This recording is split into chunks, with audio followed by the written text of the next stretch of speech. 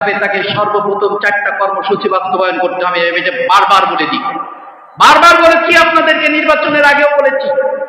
যেই ব্যক্তি নেতা যাবে, যে ক্ষমতাবান হবে, যে আমির হবে, যে নেতা হবে, যে প্রধানমন্ত্রী হবে, প্রাইম মিনিস্টার হবে, তার সর্বপ্রথম কাজ হবে কর্মসূচি 4টা। কর্মসূচি কয়টা? 4টা। ইম্মাক্কান্নাহুম ফিল আরদি আকামুস সালাহ ওয়া আতাউজ যাকাত ওয়া আমারু বিল মা'রুফি ওয়ান নাহাউ আনিল মুনকার। 1 নম্বর কর্মসূচি হলো প্রধানমন্ত্রী বাস্তবায়ন করে ঘোষণা দিবে, আজ থেকে বঙ্গভবনে, গণভবনে, সংসদ ভবনে, যেখানেই বলেন না কেন, সেখানে 5 ওয়াক্ত নামাজ বাধ্যতামূলক সবাইকে আদায় করতে হবে। করেছে? করেছে? করে নাই? তাহলে 46% মানুষ কোথায় গেছে মনে আছে কিছু? বিকেয়ারপুর। সামান্য দলাদলির কারণে আল্লাহকে ভুলে যায় না ভাই। ভুলে গেলে বিপদ হয়ে যাবে। আল্লাহর কাছে কোনো কারণ আপনি উপস্থাপন করতে পারবেন না। কারণ এই 500টা আইনের ভিতরে একটা আইন আছে আর আকিমুদ্দিন। 500টা আইনের ভিতরে একটা আইন আছে আর আকিমুদ্দিন। অর্থ কি জানেন? আকিমুস সালাত অর্থ কি জানেন? কথা বলে না কেন? এটা জানেন না? আকিমুস সালাত অর্থ কি? জোরে বলে। নামাজ কায়েম করো, নামাজ বাস্তবায়ন করো। তাহলে নামাজ বাস্তবায়ন করো, আকিমুদ্দিনের অর্থ যদি এটা হয়, তাহলে আকিমুস সালাতের অর্থ যদি এটা হয়, তাহলে আকিমুদ্দিন অর্থ কি? দিন বলতে কোন দিন? ইহুদির দিন? ডক্টর কামালের সেই সংবিধানের দিন? কোরআন দিয়ে সেই জমিন পরিচালনা করতে হবে। তাহলে এই হুকুম মানছেন? মানেন নাই। এর জন্য আল্লাহর কাছে জবাবদিহি করতে হবে। জবাবদিহি করতে হবে। এই আঙ্গুলের কালো দাগের দাম আছে, আল্লাহর কাছে জবাবদিহি করতে হবে। পটভূমি পরিবর্তন হওয়ার সাথে সাথে সব পরিবর্তন হয়ে যায়। সাদা কাগজ দিয়ে সব সাবেক হয়ে যায়, সব বর্তমান হয় কি না? আমি বুঝি এগুলা খেয়াল করি না, এগুলা খেয়াল করি। সাবেক হয়ে যায় কি? বর্তমান। জানেন না? সব জায়গায়, যত জায়গায় ছিল সাবেক সংসদ সদস্য, সব হয়ে গেছে মানে ওই সাবেকের উপরে সব সাদা, আর সব এখন সংসদ সদস্য। এই তো অবস্থা এই দেশে। প্রিয় ভাইরা আমার, 1 নম্বর হলো নামাজ। 1 নম্বর কি? 2 নম্বর হলো যাকাত। খয়রাতিগো থেকে যাকাত নিয়ে বড় লোককে যাকাত দিতে হবে। কথা ঠিক কিনা? এই দেশে তো তাই হয়েছে। সবচেয়ে বড় বড় যারা চোর, এই চোরগুলা সবচেয়ে বেশি যাকাত খায়। গরিবের যে যাকাত বিদেশ থেকে আসে, এই যাকাত গুলো ওদের আগে দরকার হয়। দুম্বার গোশত, খাসির গোশত, গরুর গোশত, উটের গোশত, কত গোশত যে বিদেশ থেকে এই জমিনে আসে, এই বাংলার জমিনে গরিব মানুষের জন্য। ওদেরই হয় না, গরিব তো পাই না। গরিব গন্ধও জানে না দুম্বার গোশতের গন্ধটা আসলে আদৌ কেমন। এই হচ্ছে আমার দেশের অবস্থা। এই জন্য আতাউজ যাকাত, ক্ষমতায় যারা যাইতো, ইসলামী দল যদি ক্ষমতায় যাইতো, তাহলে দেখতেন মাঠে ময়দানে যেগুলো আছে সেগুলার কাজগুলা দেখতেন। গতকালকে একটা দেখলাম যে সাইকেল চালাইয়া, কোনো প্রোটেকশন নাই, সাইকেল চালাইয়া উনি যাচ্ছে তার কর্মসূচিতে, উপজেলায় সাইকেল চালাইয়া যাচ্ছে। সুবহানাল্লাহ বলবেন না? আর পাতি নেতা, হাতি নেতাদের একেবারে এমন ডরের ডর, পায়খানা পর্যন্ত বন্ধ হয়ে যায়। তার সামনে 20টা গাড়ি, পিছনে 20টা গাড়ি। সামনে কে আছে, পিছনে কে আছে, এসব দেখার সময় পাতি নেতা, হাতি নেতা নাই। শিক্ষা এখান থেকে গ্রহণ করো।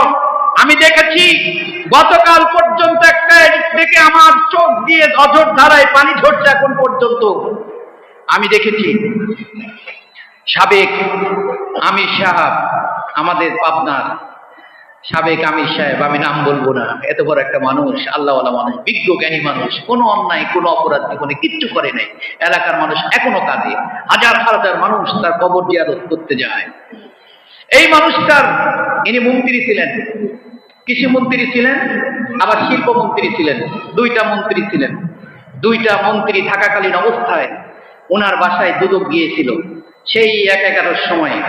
দুদক যাওয়ার পরে বিশ্বাস করেন এখনো গিয়ে দেখবেন ওনার বাসা টিন শেড বাসা, দরজাগুলো কাঠের, দরজাগুলো উই পোকা ধরেছে, এখন আর ওই বাসায় কেউ থাকে না। একটা জলচকি আছে, জলচকির উপরে বসে খাবার খাচ্ছেন। এই সময় দুদকের মানুষ গেছেন, বলছে যে আমরা দুদক থেকে এসেছি। কয় আমরা তো এখানে দুদকের থেকে অনুসন্ধান করতে এসেছি স্যার। আপনার যে অবস্থা, আপনার যে করুণ পরিণতি, তাতে আর দুদক থেকে কি আর অনুসন্ধান করবো, আমরা যাই, ভালো থাকবেন, সুস্থ থাকবেন। এরা ছিল মানুষ। আর তার হাতে তৈরি করা কর্মীরা আজকে 70 জন থেকে 78 জন আছে। তারা বলেছে, ঘোষণা দিয়েছে সংসদ ভবনকে সোজা রাখার জন্য তারাই যথেষ্ট। কিন্তু আমরা সমর্থন দিতে পারি নাই। ভালো মানুষ আমরা চিনি না, আমরা যত চিনি চোর ডাকাত যা আছে সবগুলারই আমরা চিনি, ঠিক কিনা? আল্লাহ সহজ করে দিক আমাদের জন্য। প্রিয় ভাইরা আমার, তাহলে আল্লাহর আইন আল্লাহর জমিনে কি করতে হবে? বাস্তবায়ন করতে হবে। আরেকটা বাস্তবায়ন করতে হবে, কি করতে হবে? জেনার শাস্তি আছে না নাই? আছে না? এই জেনার শাস্তি অবশ্যই প্রয়োগ করতে হবে আল্লাহর জমিনে কোরআনের মাধ্যমে। কিসের মাধ্যমে? কোরআনের মাধ্যমে জেনার শাস্তি বাস্তবায়ন করলে এই জমিনে জেনা করার ক্ষমতা কারোর বাপের বেটার মুখে কোনোদিন হতে পারবে না, যদি কোরআন দিয়ে যদি আপনি জেনার শাস্তি প্রয়োগ করেন। কিন্তু আমরা কি করি? আহারে, ছোট ছোট বাচ্চা কাচ্চাগুলা, কুচি কাঁচা বাচ্চা কাচ্চাগুলা জেনা হয়। এই জেনার মাধ্যমে তারা এই সহজ করে নিয়ে যায়, মামলা কোর্টে তুলে আস্তে করে তাদেরকে জামিন করে ছাড়াই নিয়ে আসি। এরা আরো সাহস পায়, পায় কিনা? পাইতে পাইতে পাইতে পাইতে জেনার সেঞ্চুরি করে তাদের গলায় ফুলের মালা দিয়ে বরণ করা হয়। এটা করেছে অতীতকালে। কিন্তু কোরআন দিয়ে যদি জেনার শাস্তি থাকতো, তাকে একেবারে গুলিস্তানের মোড়ের উপরে নিয়ে 0 পয়েন্টে ঠিক মাঝখানে দাঁড় করাইয়া এই পর্যন্ত পুইটা যদি ওইটারে পাথর নিক্ষেপ করে হত্যা করতেন, জেনা করা সহজ হতো? বলেন, জেনা করা সহজ হতো? এরপরে আসারিকু আসারিকাতু ফাকতাউ আইদিয়াহুমা, চোর আর চুন্নি যারা আছে চুরি করে, চোর আর চুন্নি যারা চুরি করে, এদের হাত কেটে দাও। এদের কি কেটে দাও? হাত কেটে দাও। কিন্তু আমরা দেখি যারা পেটের অভাবে, স্বভাবে না, পেটের অভাবে দুই একটা এটা ওইটা চুরি করে, তাদেরকে আমরা খুব বল প্রয়োগ করি, থাপ্পড় টুপ্পড় মাইরা লাত্তি গুতা দিয়ে ইচ্ছে মতো বাইন্দে কি পিটাই, পিটাইতে পিটাইতে ওটার মাইরাই ফেলায়। পেটের দায়ে চুরি করে তাদেরকে আমরা মাইরে ফেলি, ধরে মেরে ফেলেছি একবারে। আর অথচ যারা কলমের খুঁচায় কোটি কোটি কোটি কোটি বাংলার টাকাগুলো, ডলারগুলো বিদেশে পাচার করে, এই চোরগুলোর বিচারে বাংলার জমিনে হয় না? হয়।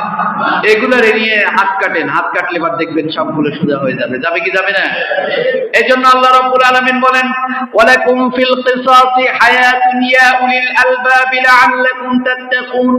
ও সমাজের মানুষেরা, আল্লাহ রাব্বুল আলামিন যেই বিধান দিয়েছেন, যেই মামলাগুলো নিষ্পত্তি করতে বলেছেন, এইগুলা যদি করতে পারো তাহলে তোমরা তাকওয়া অর্জন করতে পারবা। সুবহানাল্লাহ।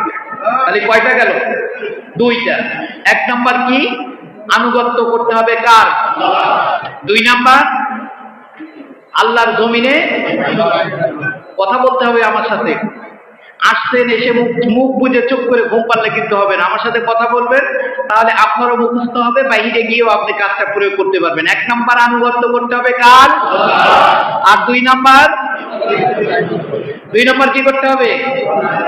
আল্লাহর জমিনে আল্লাহর আইন পাস করতে হবে। আল্লাহর জমিনে আল্লাহর কোরআন দিয়ে জমিন পরিচালনা করতে হবে। রাজি আছি সবাই? কে কে রাজি আছি? 2টা হাত আল্লাহকে দেখান তো দেখি।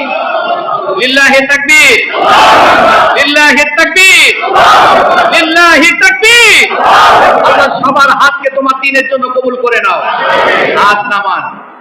আমাকে আবার রাজনৈতিক কোনো বড় নেতা টেতা মনে করেন না। আমি রাজনৈতিক কোনো বড় নেতা না।